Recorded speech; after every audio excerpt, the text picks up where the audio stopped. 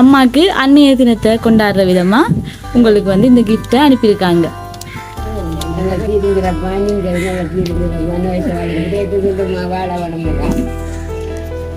மக்கள் நோயிட்ட வாழும் நோயிட்ட செல்வம் சிறப்புமாக பேரும் புகழுமாக சுமங்கலியாகவும் வாழவன் என்ற வேற மக்கள் மதிப்புகள் மக்கள் தாய் மனசு தங்கம் நான் அறிஞ்ச தெய்வம் தாய் மனசு தங்கம் நான் அறிஞ்ச தெய்வம் நன்றி சொல்ல போதாதம்மா ஏழு ஜென்மம் இது மாறாத.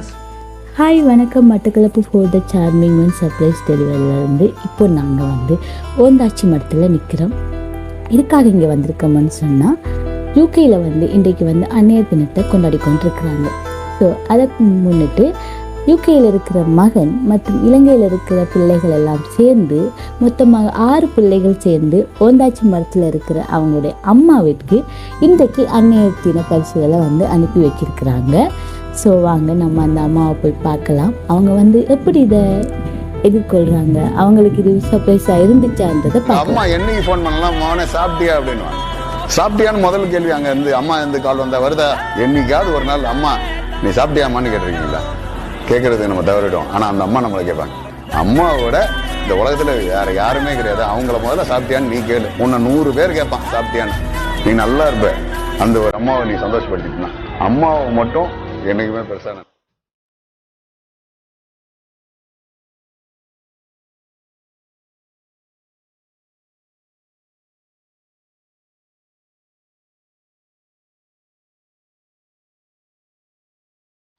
ஹலோ அம்மா, வணக்கம்.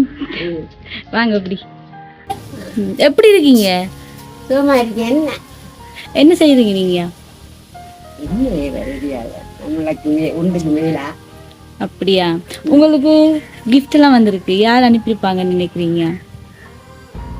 யார் அனுப்புறேன்? சரி, நாங்க வந்து Batticaloa for the charming one surprise கிஃப்ட்ல இருந்து வந்திருக்கிறோம். ஸோ உங்களுக்கு கிஃப்ட் வந்திருக்கு. ஸோ யார் அனுப்பியிருப்பாங்கன்னு நினைக்கிறீங்க?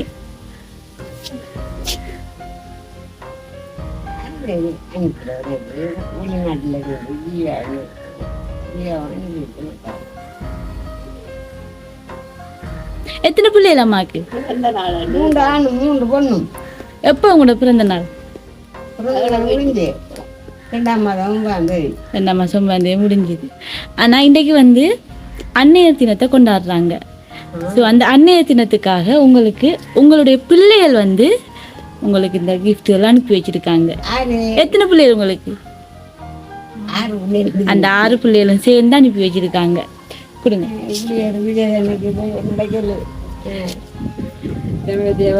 இந்த மக்கள் எல்லா மக்களும் நல்லா தீருங்கிறப்பா, நீங்கள் நல்லா தீருங்கிறப்பா, நோய்க்கு வாழ வாழ வளமுக.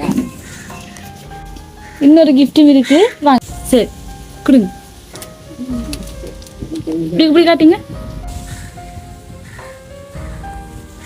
சரியா? உங்களோட 6 பிள்ளைகளும் சேர்ந்து உங்களுக்காக இதை கொடுத்துருக்காங்க. எதிர்பார்த்தீங்களா இப்படி ஒன்று அனுப்புவாங்கன்னு? அனுப்புறேன்.